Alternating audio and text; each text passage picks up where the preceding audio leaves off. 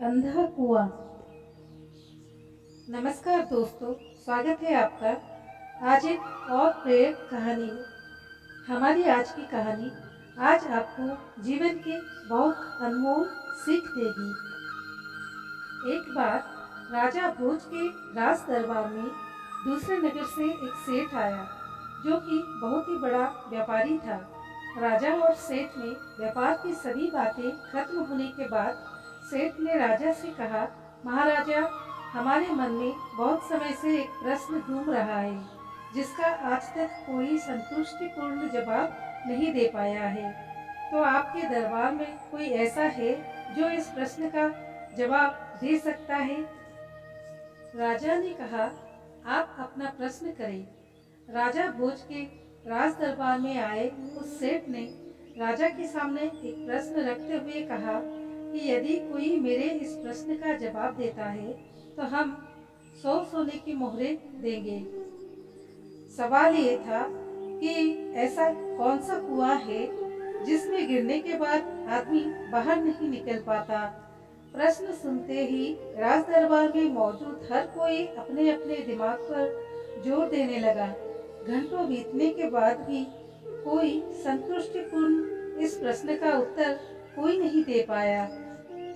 आखिर में राजा भोज ने राज पंडित से कहा कि इस प्रश्न का उत्तर 7 दिनों के अंदर लेकर आओ, वरना आपको अभी तक जो इनाम धन आदि दिया गया है वापस ले लिए जाएंगे तथा इस नगरी को छोड़कर दूसरी जगह जाना होगा।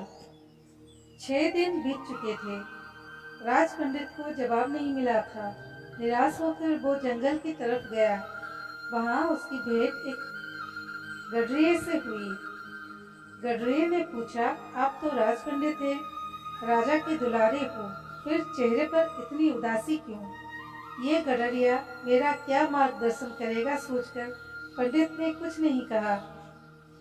इस पर गडरिये ने पुनः उदासी का कारण पूछते हुए कहा, पंडित जी, हम भी सत्संगी है, हो सकता है आपके प्रश्न का जवाब मेरे पास हो, अतः निसंकोच कहिए। राज पंडित ने प्रश्न बता दिया और कहा कि अगर कल तक प्रश्न का जवाब नहीं मिला तो राजा नगर से निकाल देगा। गडरिया बोला, मेरे पास पारस है, उससे खूब सोना बनाओ। एक भोज क्या, लाखों भोज तेरे पीछे घूमेंगे।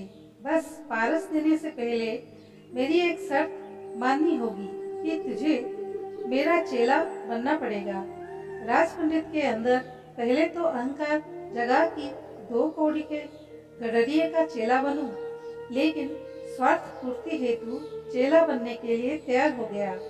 गडरिया बोला, पहले भेड़ का दूध पियो, फिर चेले बनो। राज पंडित ने कहा कि यदि ब्राह्मण भेड़ का दूध पिएगा तो उसकी बुद्धि मारी जाएगी। मैं दूध नहीं पीऊंगा, तो जाओ, मैं पारस नहीं दूंगा। गडरिया बोला। राज पंडित बोला, ठीक है, दूध पीने को तैयार हूँ, आगे क्या करना है? गडरिया बोला, अब तो पहले मैं दूध को झूठा करूँगा, फिर तुम्हें पीना पड़ेगा। राज पंडित ने कहा, तू तो हद करता है, ब्राह्मण को झूठा पिलाएगा, तो जाओ। गडरिया बोला। राज पंडित बोला, मैं तैयार हूँ झूठा दूध पीने को। गडरिया बोला, वो बात गई, अब तो सामने जो मरे हुए इंसान की खोपड़ी का कंकाल पड़ा है उसमें मैं दूध दूंगा, उसको झूठा करूँगा, फिर तुम्हें पिलाऊंगा, तब मिलेगा पारस, नहीं तो अपना रास्ता लीजिए। राज पंडित ने खूब विचार कर कहा, ये तो बड़ा कठिन, लेकिन मैं तैयार हूँ। गडरिया बोला, मिल गया जवाब।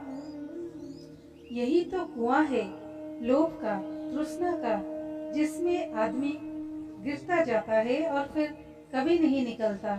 जैसे कि तुम पारस को पाने के लिए इस लोभ रूपी कुएं में गिरते चले गए। तो दोस्तों, इस कहानी से हमें ये सीख मिलती है कि जीवन में कभी भी लोभ, मोह, अहंकार में नहीं फंसना चाहिए। ये नुस्खे में पाए जाने वाले कुएं के भांति वो निर्विकार है जो मनुष्य के जीवन परेशानियां खड़ी कर देता है। इन निर्विकारों के चलते मनुष्य अक्सर गलत कर्म करता ही रहता है, जिसके चलते उन कर्मों का अंजाम एक न एक दिन जरूर भोगना पड़ता है।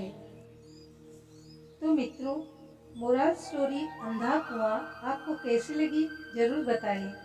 हमारे ब्लॉग पर आपको ऐसे और भी तमाम ज्ञान व शिक्षा से भरी अद्भुत रोचक कहानियाँ मिलेगी, जिन्हें सुनकर आपके जीवन में बहुत अच्छा बदलाव आएगा।